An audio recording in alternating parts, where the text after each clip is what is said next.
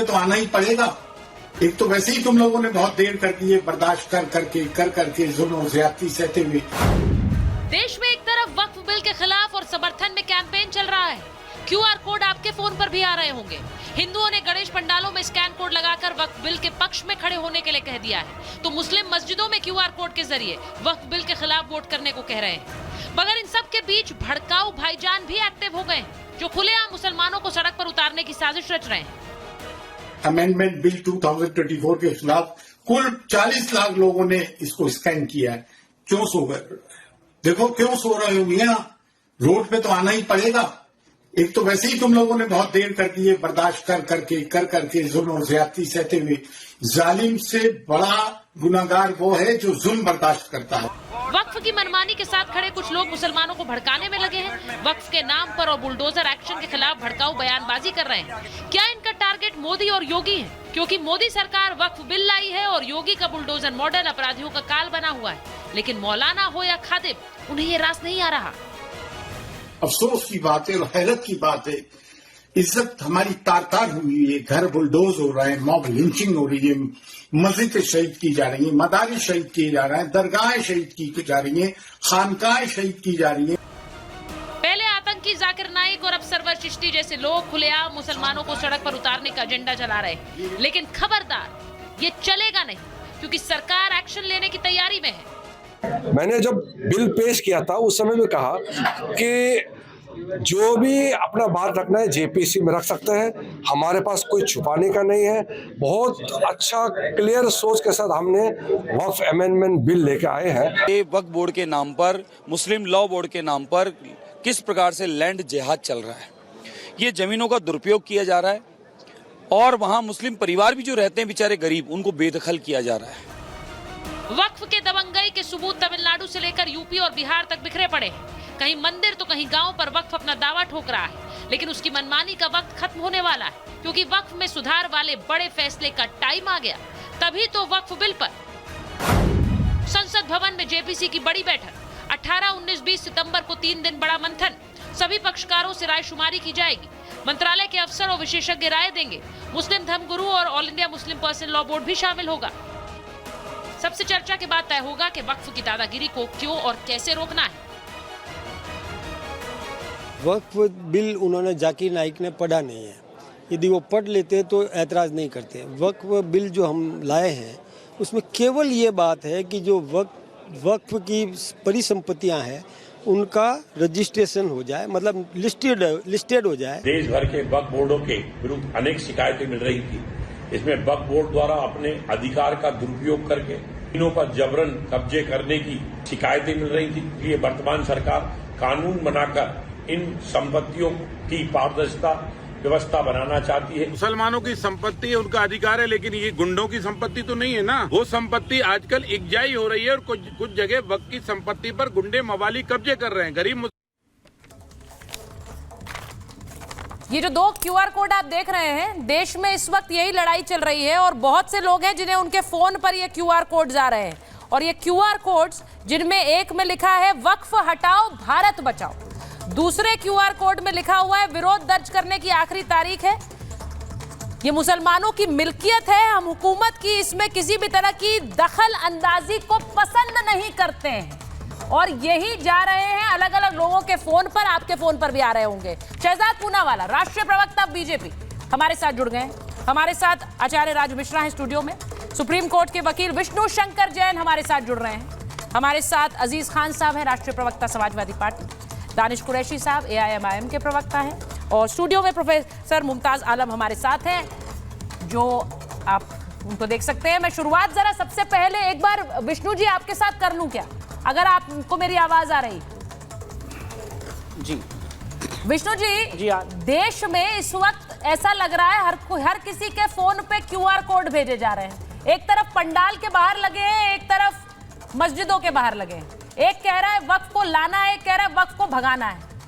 ये जो देश में एक तरह से एक मैं कहूं महाभारत ही छिड़ गई है। लेकिन मैंने एक पटना की तस्वीर दिखाई, गांव को 30 दिन के अंदर खाली करने का अल्टीमेटम दे दिया, कह दिया हमारी जमीन है वक्फ ने। अब आप सोच लीजिए, क्या यही वो मनमानी नहीं है जिसके खिलाफ कह रहे हैं संशोधन जरूरी है, जमीनें नहीं हड़पी जा रही? सुचरिता जी, मैं एक बात पूछना चाहता हूं आज आपके चैनल के माध्यम से बहुत ही संजीदगी से। जो आज वक्फ के तहत पावर दी गई है वक्फ एक्ट 1995 में अनअमेंडेड, क्या ऐसा कोई प्रोविजन किसी और समाज के लिए, किसी जैन समाज, सिख समाज, क्रिश्चियन समाज, किसी और समाज के लिए है क्या? अब प्रोविजन क्या है, मैं वो आपके सामने रखना चाहता हूं। सेक्शन 40 में वक्फ बोर्ड को पावर दी गई है कि वो किसी भी संपत्ति को वक्फ संपत्ति घोषित कर सकता है। और ऐसा नहीं है सुचरिता जी, ये सिर्फ एक सेक्शन है, इसका हमने क्रियान्वयन होते हुए देखा है। इलाहाबाद हाईकोर्ट की संपत्ति का एक पोर्शन वक्फ संपत्ति घोषित कर दिया गया। इलाहाबाद हाईकोर्ट का ये पूरा मामला सुप्रीम कोर्ट तक आया और ये कहा गया कि ये वक्फ संपत्ति नहीं है। चंद्रशेखर आजाद पार्क, जहां पे उन्होंने शहादत दी गई, उसको वक्फ संपत्ति घोषित कर दिया। सूरत की म्युनिसिपल कॉर्पोरेशन, उसको वक्फ संपत्ति घोषित कर दिया। बेट द्वारका को वक्फ संपत्ति घोषित कर दिया। ताजमहल को वक्फ संपत्ति घोषित कर दिया। आपने ज्ञानव्यापी को वक्फ संपत्ति घोषित कर दिया।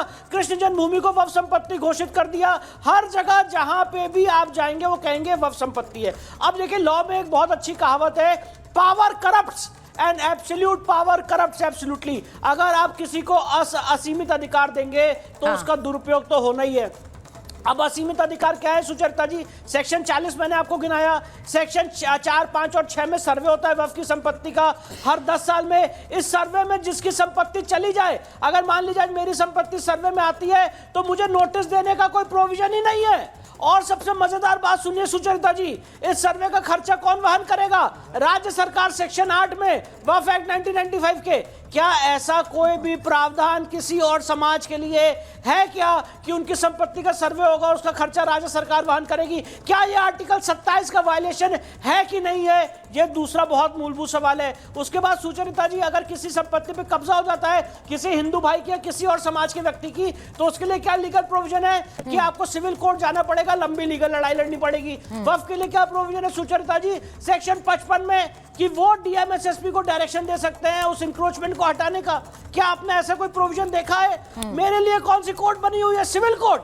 और वक्फ के डिस्प्यूट्स के लिए कौन सी कोर्ट बनी? वक्फ ट्राइब्यूनल। नहीं, एक्चुअली यही हुआ है, यही हुआ। मैंने बिहार की ये तस्वीर इसलिए दिखाई क्योंकि इन लोगों को कह दिया गया शहजाद जी कि 30 दिन के अंदर आपको गांव खाली करना है, अल्टीमेटम दे दिया गया। और फिर वो कुछ कर नहीं पा रहे थे क्योंकि वक्फ ने कहा हमारे पास तो इसकी प्रॉपर्टी के कागजात है 1959 के, इन लोगों के पास रिसेंट कागजात थे, वो कुछ कर नहीं पा रहे थे। उनको कहा गया कि आप वक्फ ट्राइब्यूनल में जाइए। अब गांव के लोगों को पता नहीं क्या करना है। मैं आपसे ये पूछ रही हूं, ये जो क्यूआर कोड वाली जंग चढ़ गई है यहाँ देश में, पंडालों के बाहर लग रहे हैं, मस्जिदों के बाहर लग रहे हैं, कह रहे स्कैन करिए भेजिए। आपके फोन में भी आया होगा, पता नहीं, मुझे मेरे तो फोन में आया। एक लाइटर नोट पे बात बोल दूं, ये क्यूआर कोड बनाने में इजराइल का बड़ा हाथ है, तो कहीं हराम हराम ना हो जाए। ये हलाल नहीं है पूरी तरह से। ये बोल दो इन लोगों को कि एक इजराइल का भी इसमें रोल है बनाने में। अच्छा, ये क्यूआर कोड की लड़ाई नहीं है, ये लड़ाई दरअसल अगर यूनिफॉर्म सिविल कोड आ जाए, सबके लिए यूनिफॉर्मिटी होनी चाहिए भाई। देखिए अभी कितना अच्छे तरीके से विष्णु जी ने समझाया। विष्णु जी ने बताया क्या ऐसी ताकत पारसियों के पास है, क्रिश्चियन के पास है, हिंदू के पास है? नहीं, मेरे पास ही होनी चाहिए कि मैं जिस संपत्ति को चाहूँ उसको डिक्लेयर कर लूँ कि ये मेरी संपत्ति, फिर आप लड़ने के लिए वक्फ ट्राइब्यूनल जाओ। अच्छा, दूसरी बात, आपको पता है वक्फ के पास जमीन कितनी है? 9 लाख एकड़। 9 लाख एकड़ मतलब पता कितना? 9 × 9 मुंबई। मुंबई की जमीन जितनी है, पूरे मुंबई की, इसको 9 टाइम कर दो, इनकी इनकम पता है कितनी है? 200 करोड़। पूरे मुंबई की अगर प्रॉपर्टी को रेंट पे डाला जाए तो कितनी इनकम आएगी? ये 9 टाइम्स ऑफ मुंबई है और इनकम 200 करोड़। इसलिए स्ट्रक्चर कमेटी रिपोर्ट ने क्या बोला? इसमें अमेंडमेंट करो, इसमें ट्रांसपेरेंसी लाओ। 9th JPC report of Rahman Khan क्या बोल रहे थे? इसमें प्रॉपर मैनेजमेंट लाओ। आगा खानियों ने बोला, बोरा ने बोला, महिलाओं ने बोला, दरगाहों ने बोला, ये सब मुस्लिमों की बातें हैं। और इसके विरोध में कौन है? Land grabber. इसके विरोध में कौन है? करप्ट। इसके साथ कौन है? बेवा। इसके साथ कौन है? अनाथ। इसके साथ कौन है? यतीम। तो ये लड़ाई दरअसल पता है क्या है कि मेरे पास धार्मिक डिस्काउंट होना चाहिए कि मैं जितना चाहूं लैंड ग्रैबिंग करूं, वर्सेस जो गरीब मुसलमान जिनको कभी भी इसका हक नहीं मिलता। और पिछली बार भी मैंने कहा था, इससे पहले हमारे भाई मुमताज जी साहब one of the biggest journalist रहे मुस्लिम अखबारों में, इनकलाब सबसे बड़ा अखबार, one of the biggest journalist रहे। इनके इतने आर्टिकल है वक्फ के ऊपर अमेंडमेंट करने के, इनके खुद के स्वतः इन्होंने लिखे, और इन्होंने मुझे इनकलाब में मौका दिया था आर्टिकल लिखने का, क्योंकि उस समय पर तो कांग्रेस किस प्रकार से बॉयकॉट करती थी मेरा, तो ये मौका देते थे। इनसे पूछे कि वक्फ में आप जेपीसी गए? मुमताज भाई अपना सजेशन देना, मैं लास्ट टाइम भी बोला था सुचरिता के शो में कि आप जेपीसी जाना, आपने भरा जेपीसी का फॉर्म कि मैं आना चाहता हूँ। यही प्रॉब्लम है। देखिए मुमताज जैसे अच्छे व्यक्ति भी इनके दुकानदारी में फंस जाते हैं। मैं आज मुमताज जी से कहूंगा कि वो आर्टिकल 3-4 आर्टिकल पढ़ के सुना। उनसे पूछ तो